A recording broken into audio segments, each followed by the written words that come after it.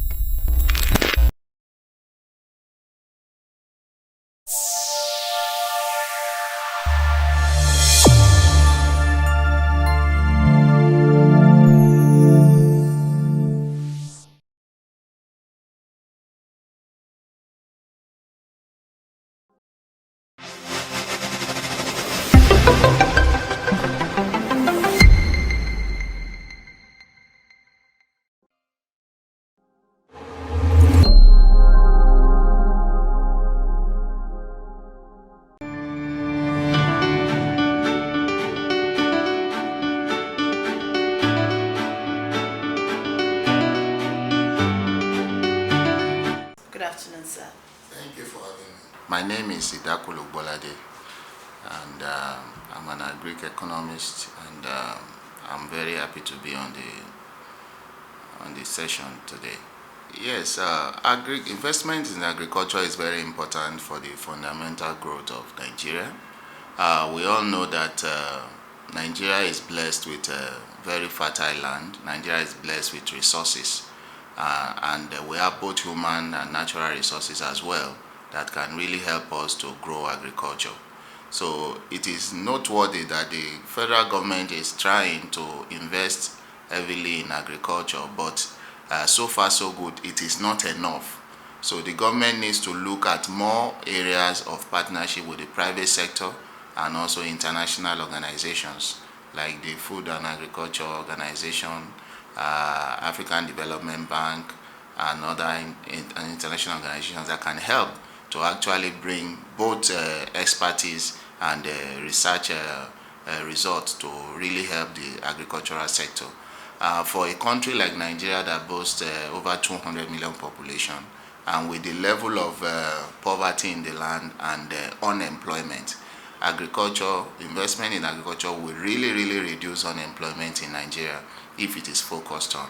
So I believe that any country, especially agrarian nations like Nigeria, that invest in agriculture will really help the youth and the women to be able to be self-sufficient, and it will ensure food security. So it's very important that Nigeria invests in agriculture. So if we talk about investments now, what do we mean?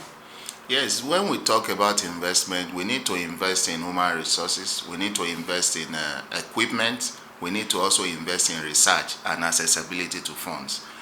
These areas are very critical to driving agricultural growth in the country.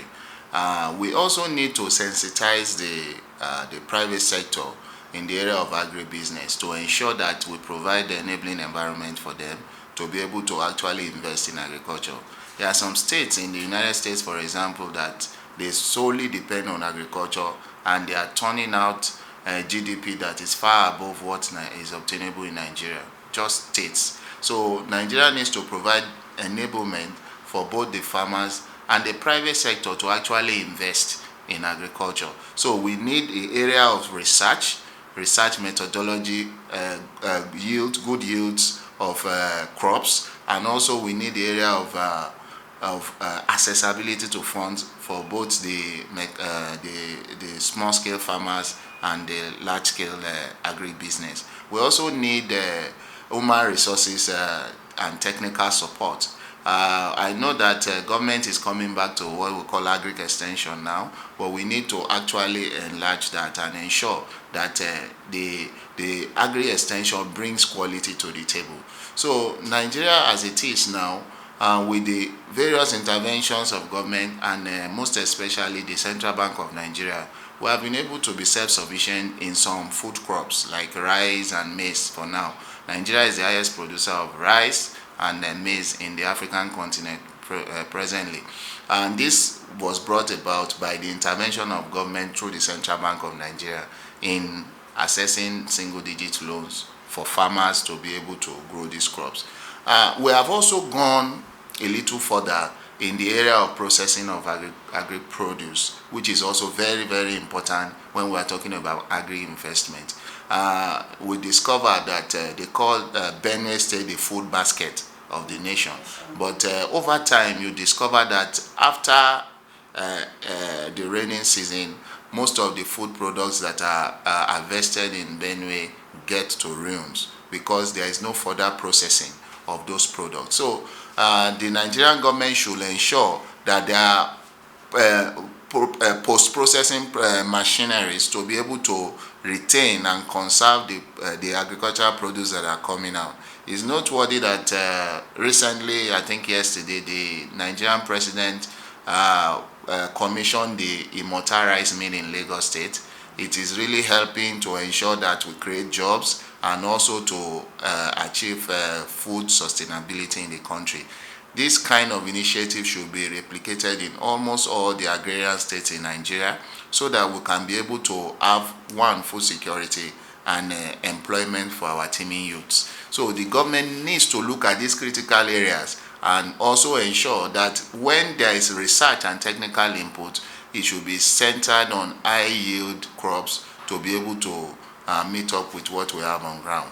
So it's very key that Nigeria cannot afford not to invest in agricultural business. Just like I said earlier, it's very important that we have what we call post-produce plan for our seasonal crops like the oranges, the mangoes, and other crops that Nigeria produce that we do not have the capacity for storage. And that is why we need to involve the private sector in these areas so that we can have juice manufacturing companies coming up to take those fruits before they get spoiled, and even the tomatoes and the other. So in the interim, before even we talk of high caliber farm implements for the farmers, we should also look at intervention in that area of preserving the crops after harvest, which is very important so that the farmers will not lose on the long run. So the private sector should be encouraged to ensure that we have more juice manufacturing companies, fruit crops like tomato, pepper, chili, preservation machines by companies to be able to preserve these products and improve on them so that we will have them available year round, produced in Nigeria, not imported. So these are very key for government as well to support the private sector by creating enabling policies to ensure that people are interested in it. Another area that the government also needs to look at is that as much as private sector is interested, we also need to support the private sector and protect their investment, in the sense that when a private sector investor is in juice manufacturing, for example, the government should ensure that imported juice is not allowed into the country so that these companies can be able to recoup their investment over the long run. So there should be policies in place to protect local production when we have investors in the sector. So the government needs to support in those areas of creating an enabling environment, creating access to road, energy, and also ensuring that there is good interrelation between the communities where these factories are situated with the companies that come into it, before we even talk of provision of farm inputs that will help the farmers. The lot rests seriously on the government intervention when we talk about agric diplomacy and when we talk about providing an enabling environment for farmers to be able to export their products. For example, about 4, 5, 6 years ago, Nigeria started exporting yam to other countries like China and some other European countries. But over time, it stopped.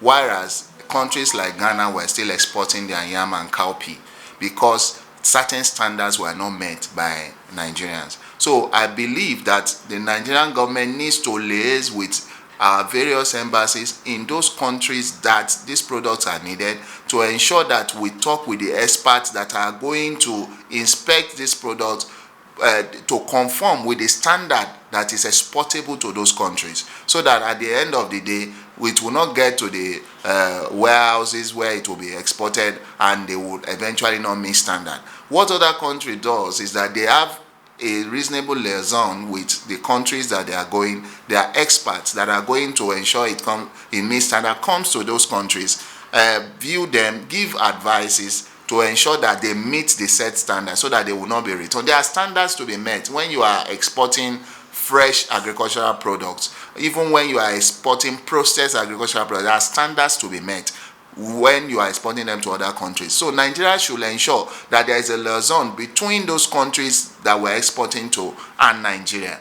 The second aspect of it, which the government has started doing as well, is to ensure that most of the state governments at least have a cargo airport, to ensure that these airports can, if not for flight, human traffic, they should be able to export agricultural produce.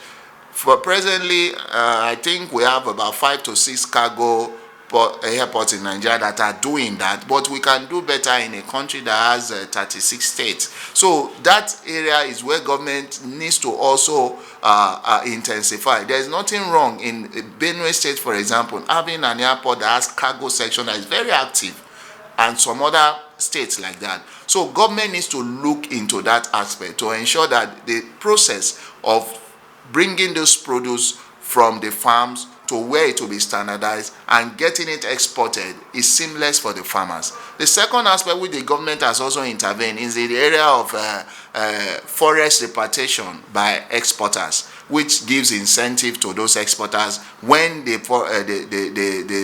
products are exported. The forest comes and they get incentives on it, and they use the government use them to help the farmers to be able to get back. So government needs to do more in these areas, because really exporting agricultural products is a foreign exchange earner that any farmer that involves in it will be very buoyant on the long run. And Nigeria should not be left out, because other African countries are doing it and their farmers are smiling to the bank.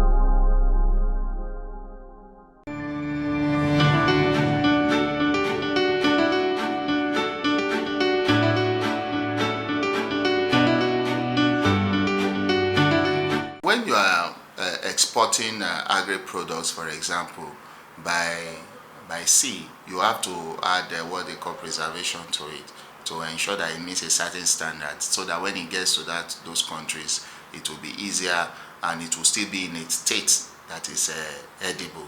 So because of the number of days it takes for a ship to get to its destination, which varies from 3 weeks to 1 month, sometimes more, that is why the government should look at areas of these cargo airports that I'm talking about, because a cargo can get to its destination by air within a space of 48 to 36 hours, which will also help the products to be able to ensure that they are preserved and they are edible. When we talk about most of the products that go through by sea, you see that frozen foods find it easier, because they are stored in storage facility that can cool them to make sure that they get to their destination still in good positions. But when you talk about other products that are not frozen, then you need to look at the time factor of getting it there and the preservation methods to be used to ensure that they do not get stale, or they are still they do not expire before they get to their destination. That is why cargo airport is very important, to ensure that such goods that do not have a long shelf life are transported by air on time. I believe that there are laws in place that guides investment in agriculture, that guides the agricultural value chain. But as I've come to know in Nigeria, is that Nigeria virtually has laws for everything, but the implementation has always been the problem. We need to critically look at our laws and implement them in line with global best practices and what is available and current in the world agricultural business presently. So that is why, even as the laws are, they should be tailored towards meeting the present need of farmers vis-a-vis the production, the import and the export side of it, and other side of the agricultural value chain, to ensure that the farmer becomes wealthier in the process of farming, and the country is self-sufficient and also can earn foreign currency thereby. The government stands to gain a lot. Just like I said, when there are exports out of a country, there is what we call the balance of trade, and the balance of trade now helps the GDP, which is the gross domestic product of every country, to be able to go to determine the kind of business that goes on in that economy. The second aspect is that the government boasts its strategic reserves. What I mean by strategic reserves is strategic foreign reserves, when products are exported and payments are made in foreign currency. You hear Nigeria says we have 40 billion in our foreign reserve. These are results of exports payments. Just like crude oil is being exported and payments are made, it goes to the foreign reserve to strengthen the economy and to give confidence for a number of years of imports. So when you have a foreign reserve, for example, of 40 billion as a country, it can guarantee that that country can continue to export and import products for over a year or two, based on the balance of deposit they have in their foreign reserve. So it helps the government to ensure that they have a healthy balance of foreign reserves in their covers. It helps the government to also reduce the level of unemployment. It also helps the government to have a robust economy if agriculture is concentrated upon, and investment is critical to do that. Okay. For the farmers, when you have a very good agribusiness in place that favors the farmers continue to enjoy what we call continuity in business. The farmer's business expands. The farmer is able to be an employer of labor. The farmer is able to sustain his family and the larger extended family, and the farmer is able to be a producer of consumables or products into the market, and the farmer becomes a responsible citizen of the country. So when we talk about the end consumers on the long run, the end consumers tend to enjoy products at a cheaper rate because they will not be scarce. They tend to enjoy fresh products that will bring nutrition to them and make them healthy. They also tend to enjoy having value for their money on the long run. The agricultural value chain is very vast, and even those that you are mentioning are just the ones that can be seen in the area of sugar, in the area of rice production, packaging, and the rest. But we have so many other agricultural products that have actually not been turned over to the areas that private sector has not really delved into. So when we talk of, for example, cocoa to produce chocolate, we have very few companies in Nigeria that are converting cocoa to chocolates. When we talk about cassava to produce cakes that can lead to bread production, we have very few companies that are processing cassava to become flour, to become food, to become bread and other pastries. We have a large market. We have a very large market that Nigeria, that investors will be glad if they focus on those areas. So apart from the ones that have been mentioned, there are several other markets that are still untapped that the federal government should encourage investors to go into, where there are presently minimal competition. And I tell you, in an economy that has over 200 million people, any investment you do and you become a pioneer in those investment sector, there is no way you will count losses. So that is why investors need to come into these areas that are untapped presently to establish their presence and ensure that they bring it to the limelight, and so that others can come in and will be able to serve the populace.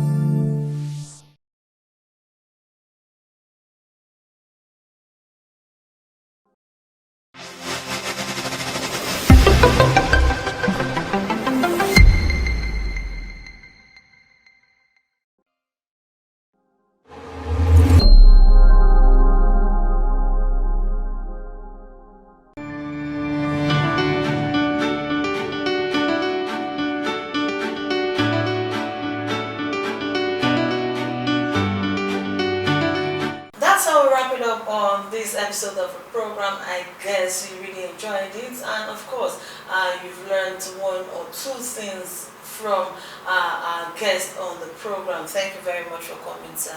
Thank you for having me. So join us again, same time, same station next week on Agric Economy. I remain your host, Khadija Oluwatoyin.